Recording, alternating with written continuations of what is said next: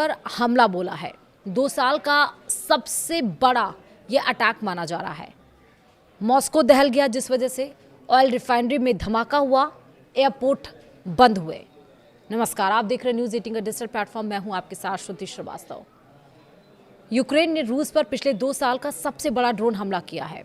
रूस के मुताबिक 555 ड्रोन दागे गए, जिनमें से 194 सिर्फ मॉस्को की तरफ आ रहे थे। हमले में मॉस्को की बड़ी ऑयल रिफाइनरी, एक ऑयल डिपो और कई इमारतों को नुकसान पहुंचा। जवाब में रूस ने भी यूक्रेन पर मिसाइलों और सैकड़ों ड्रोन से अटैक किया है।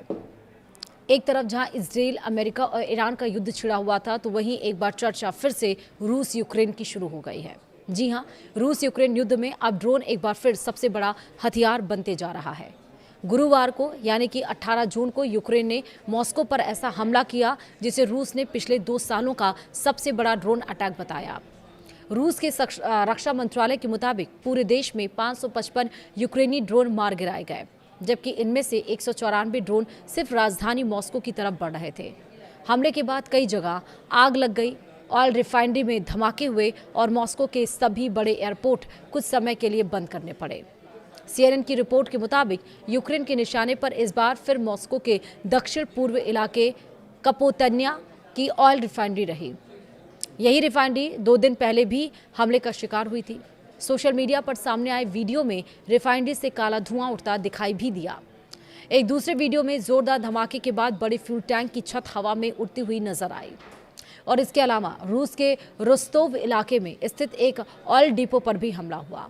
हमले के दौरान मॉस्को के सादोवोद ट्रेड सेंटर के पास भी धुएं का बड़ा गुब्बार देखा गया। रूसी समाचार एजेंसी टास के मुताबिक गिरते मलबे से राजधानी में एक अपार्टमेंट बिल्डिंग और एक जिम को भी नुकसान पहुंचा। लगातार ड्रोन अटैक्स के बीच रूस को मॉस्को के ज़्यादातर एयरपोर्ट पर उड़ाने कुछ समय के लिए रोकनी पड़ी। यूक्रेन के राष्ट्रपति जेलेंस्की ने इस हमले को पूरी तरह से जायज़ बताया।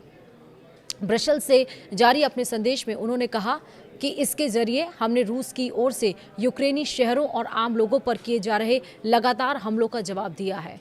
यूक्रेन के हमले के कुछ घंटे बाद रूस ने भी जवाबी कार्रवाई की।